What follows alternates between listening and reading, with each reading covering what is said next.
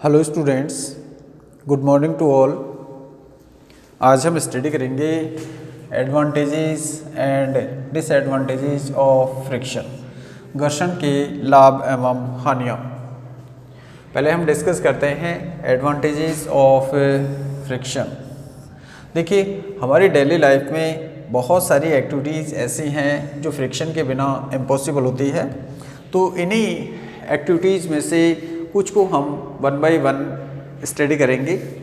तो देखते हैं, फ्रिक्शन और frictional force is necessary because it help us performing many of our daily life activities. तो बहुत सारी जो डेली लाइफ एक्टिविटीज़ है इनको करने में फ्रिक्शन जरूरी होता है या हेल्प करता है। Friction is useful to us because of the following advantage. तो देखिए कौन कौन से एडवांटेज है। Friction enables us to walk without slipping। तो फ्रिक्शन हमें बिना फिसले वॉक करने में या चलने में सक्षम बनाता है।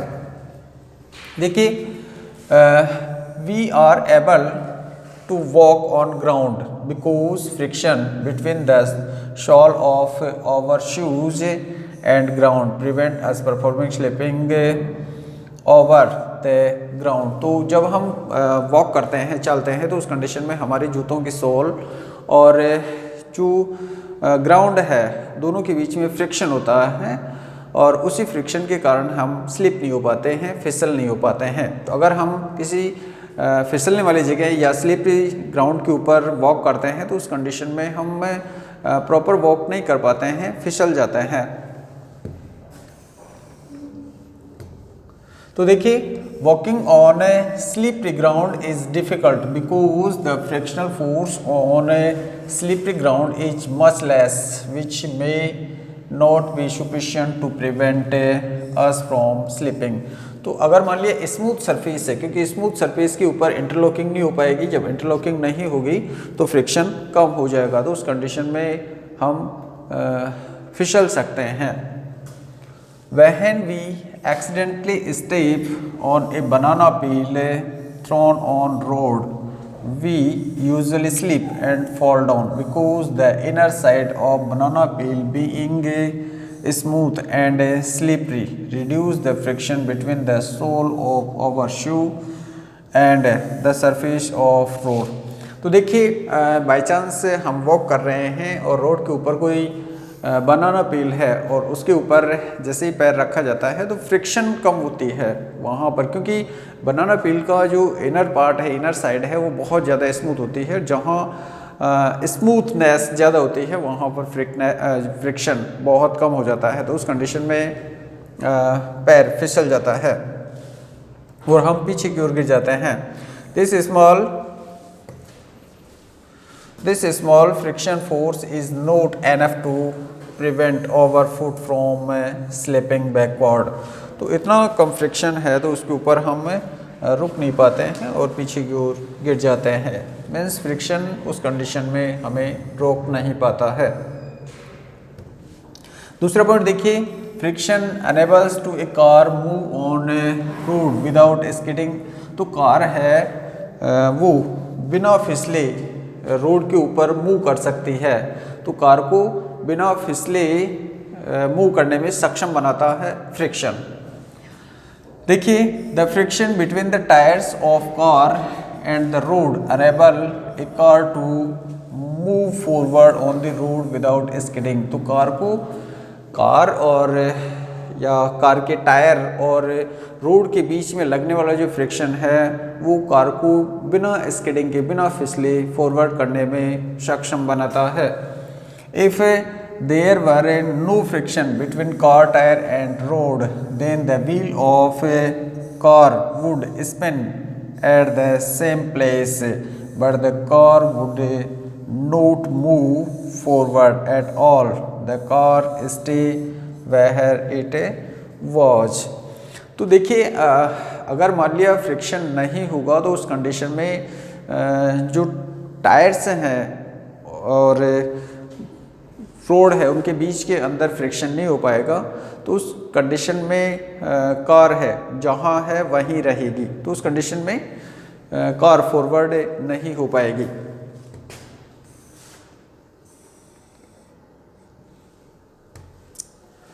Friction enable us to apply brakes and slow down or stop a moving car। तो सक्षम बनाता है कौन? फ्रिक्शन। ब्रेक, जो कार के ब्रेक होते हैं, ब्रेक अप्लाई करने पर कार को धीमे करने में सक्षम बनाता है friction. The brakes of a car work by friction. तो कार के ब्रेक होते हैं वो फ्रिक्शन के ऊपर ही वर्क करते हैं, फ्रिक्शन पे ही फंक्शन करते हैं। In a disc brake a steel disc attached behind each car wheel spins between two small brake pads. तो जो डिस्क ब्रेक होते हैं उनके अंदर एक स्टील की एक डिस्क अटैच होती है, जिससे दो पैड्स होते हैं, रबर के बने होते हैं, जो कि जो व्हील होते हैं गाड़ियों के उनसे अटैच होते हैं। When we brake are applied to running car by pushing the brake pedal. जब हम ब्रेक पैडल को पुश करते हैं कार को रोकने के लिए या धीमा करने के लिए, the brake pad press against the disc of the rotating car wheels. तो कार के जो घूमते हुए पहिए होते हैं उनको जो ब्रेक पैड है वो प्रेस करते हैं, उनको दबाते हैं, तो उस कंडीशन में उनकी स्पीड कम हो जाती है। This produce friction between brake pads and the disc making the wheels to slow down and ultimately stop.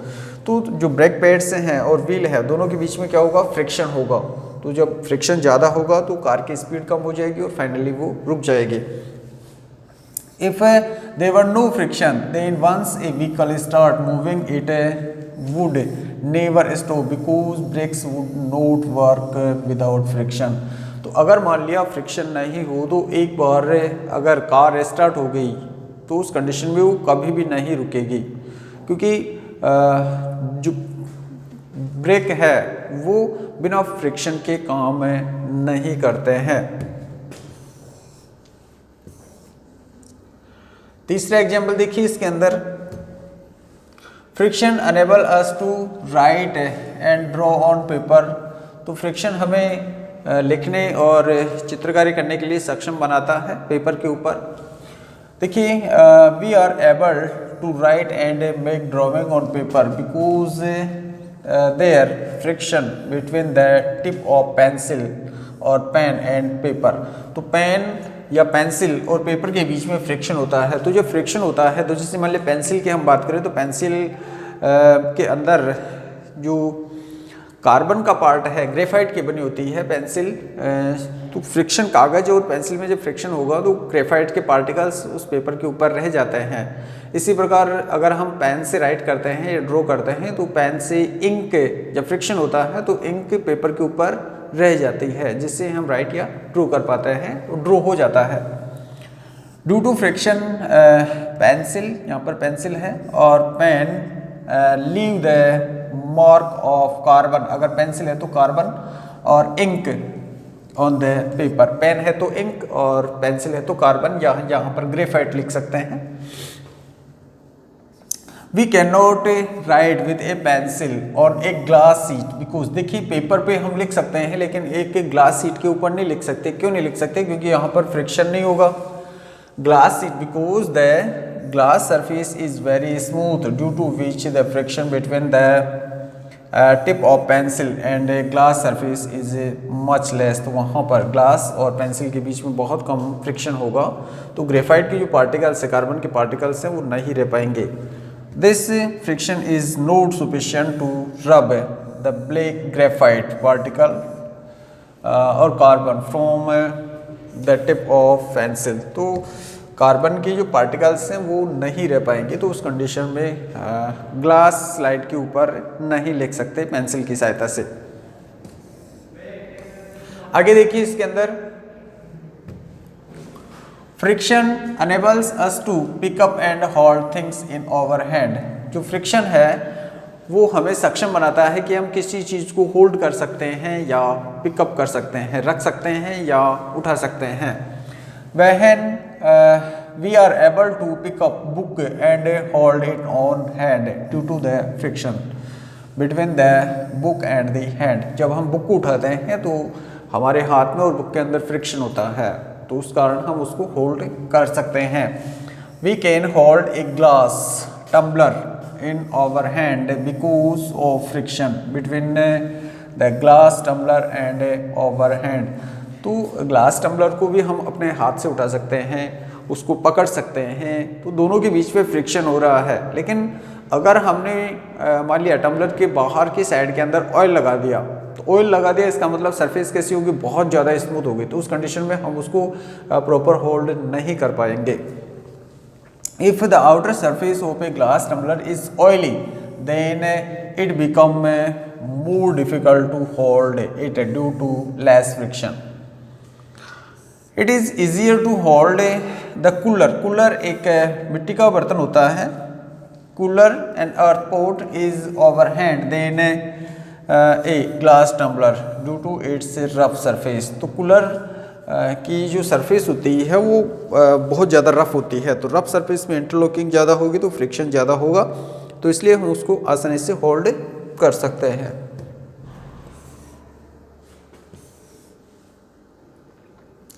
इसके आगे देखिए, nails can be fixed in a wall wood due to friction. कोई भी कील है वो वॉल में या लकड़ी के अंदर फिक्स हो जाती है, वो फ्रिक्शन के कारण ही होती है। देखिए, when we hammer a nail into wall और wood, it is friction between the surface of nail and wall which holds the nail tightly in the wall. तो फ्रिक्शन के कारण जो कील होती है वो वॉल के अंदर टाइटली पैक हो जाती है।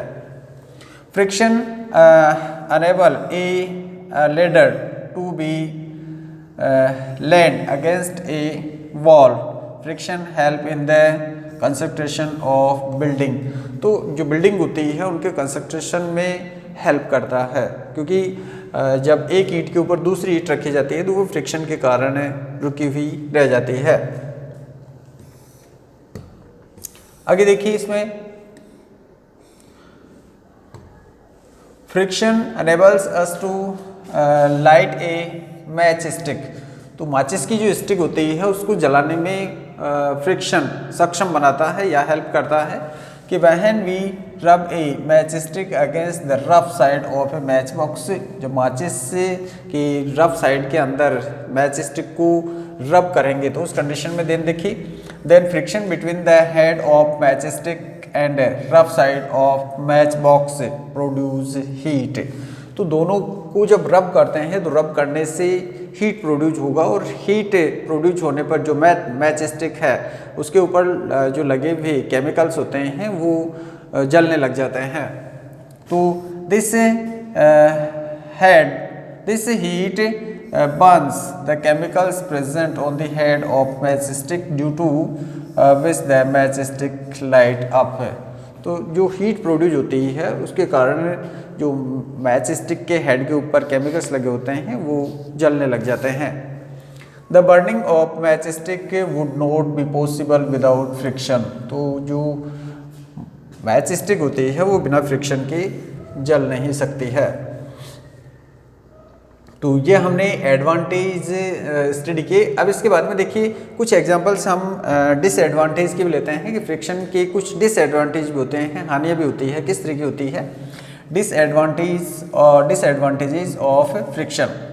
फ्रिक्शन और frictional force is harmful to us and considered on evil because of the following disadvantage. कौन कौन से हैं? देखिए, सबसे पहला आता है friction wears away the sole of our shoes. तो देखिए, जब हम वॉक करते हैं तो उस कंडीशन में थोड़े दिनों बाद में हमारे जूतों की जो सोल होते हैं वो घिसने लग जाते हैं, टूट जाते हैं। तो उसका रीज़न है फ्रिक्शन कि when the sole of our shoe rub against the rough surface of road then due to friction tiny pieces of the sole keep on breaking off slowly. तो ड्यू फ्रिक्शन के कारण जो इसके छोटे छोटे pieces हैं soul के वो अलग होने लग जाते हैं, घिस जाते हैं, जिसके कारण जो सोल है वो टूटने लग जाता है धीरे धीरे। So the sole of our shoes wear out gradually. इसके आगे देखिए, the tyres of vehicles wear out gradually due to friction. जो टायर होते हैं, देखिए जो शूज के सोल के साथ में हो रहा है वैसा ही टायर्स के साथ में हो रहा है। कि when the vehicles run on the road there is friction between the surface of tires and the surface of road।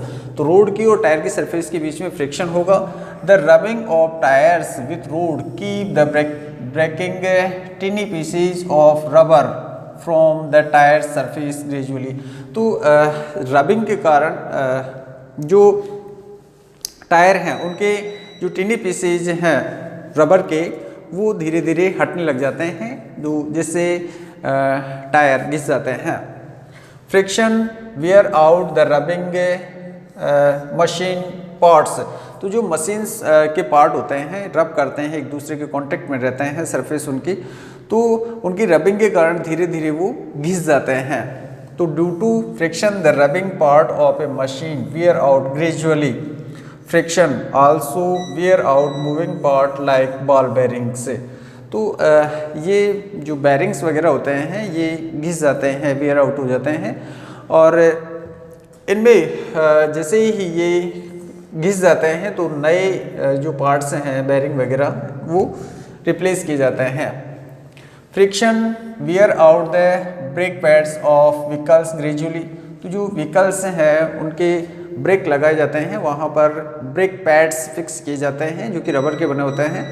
तो ये ब्रेक पैड्स भी घिस जाते हैं कि when the brakes of vehicles are applied on a lot of friction it is produced between the brake pads and moving parts of the wheel। तो brake pads के और व्हील के बीच में फ्रिक्शन होता है जिसके कारण जो ब्रेक पैड्स होते हैं वो घिस जाते हैं। This friction wear out the brake pad gradually। Due to this brake pads of vehicle have to be replaced. तो इनको क्या किया जाता है, रिप्लेस किया जाता है, दूसरे पैड्स लगा दिए जाते हैं। नेक्स्ट देखिए, friction wears out step of staircase in buildings and footwear over bridge. तो देखिए जहाँ पर बहुत ज़्यादा पब्लिक आती जाती है, जैसे रेलवे स्टेशन का अपन एग्जाम्पल लें, तो यहाँ पर जो सीढ़ियाँ होती है वो घिस जाती है। कोई बहुत बड़ा टेम्पल है तो वहाँ की सीढ़ियाँ घिस जाती है, तो इसका रीज़न है तो वहाँ बहुत ज़्यादा लोगों के जाने से जो शूज हैं और जो स्टेयर्स हैं, सीढ़ियाँ हैं, उन दोनों के अंदर फ्रिक्शन होता है, तो उस कारण वहाँ से सीढ़ियाँ घिसने लग जाती है। तो जैसे रेलवे स्टेशन है, टेम्पल है, तो यहाँ पर हम ये सिचुएशन देख सकते हैं। The friction wears out step stairs in building and fall over bridge when a lot of people use staircase in building every day. The friction between sole of their shoes and the stone step wear away। तो जो shoes है और stairs है तो उनके बीच में friction के कारण जो स्टोन है उसकी स्टेप हटने लग जाती है। Away hard stone step very very slowly, जो कि बहुत धीमा प्रोसेस होता है। Example steps of foot over bridge of railway station. तो रेलवे स्टेशन का हम एग्जाम्पल यहाँ पर ले सकते हैं। नेक्स्ट आता है, इसमें देखिए फ्रिक्शन प्रोड्यूस हीट विच मे डैमेज मशीन। तो ये हमने प्रीवियस वीडियो में भी इसको स्टडी किया था कि फ्रिक्शन के कारण हीट प्रोड्यूस होती है, जिससे जो मशीन है उनके मूविंग पार्ट्स हैं वो डैमेज हो जाते हैं। When the moving parts of a machine rub together, एक दूसरे को घिसते हैं, रगड़ते हैं, a lot of heat is produced due to friction between them. This heat may damage the machine gradually through friction reduce the efficiency of a machine. तो friction के कारण मशीन की जो एफिशिएंसी है, क्षमता है, वो धीरे धीरे कम होने लग जाती है। तो ऐसे जो मूविंग पार्ट्स होते हैं मशीनों के अंदर जो कि हीट के कारण डैमेज होते जाते हैं, फ्रिक्शन के कारण डैमेज होते जाते हैं, तो उनको रिप्लेस कर दिया जाता है। आप यहाँ पर डायग्राम में देख सकते हैं। देखिए ये दो मूविंग पार्ट्स है, ये भी यहाँ से मूव हो रहा है, ये भी मूव हो रहा है। तो उस कंडीशन में यहाँ जहाँ फ्रिक्शन हो रहा है यहाँ पर हीट प्रोड्यूस होती है और फ्रिक्शन के कारण ये यहाँ से वेयर आउट हो जाते हैं, घिसने लग जाते हैं। तो ऐसे पार्ट्स को रिप्लेस किया जाता है नए पार्ट्स के साथ में। तो बेटा आज के इस वीडियो में हमने एडवांटेज एंड डिसएडवांटेज पढ़े हैं फ्रिक्शन के। नेक्स्ट वीडियो में नए टॉपिक के साथ फिर मिलेंगे। थैंक्स।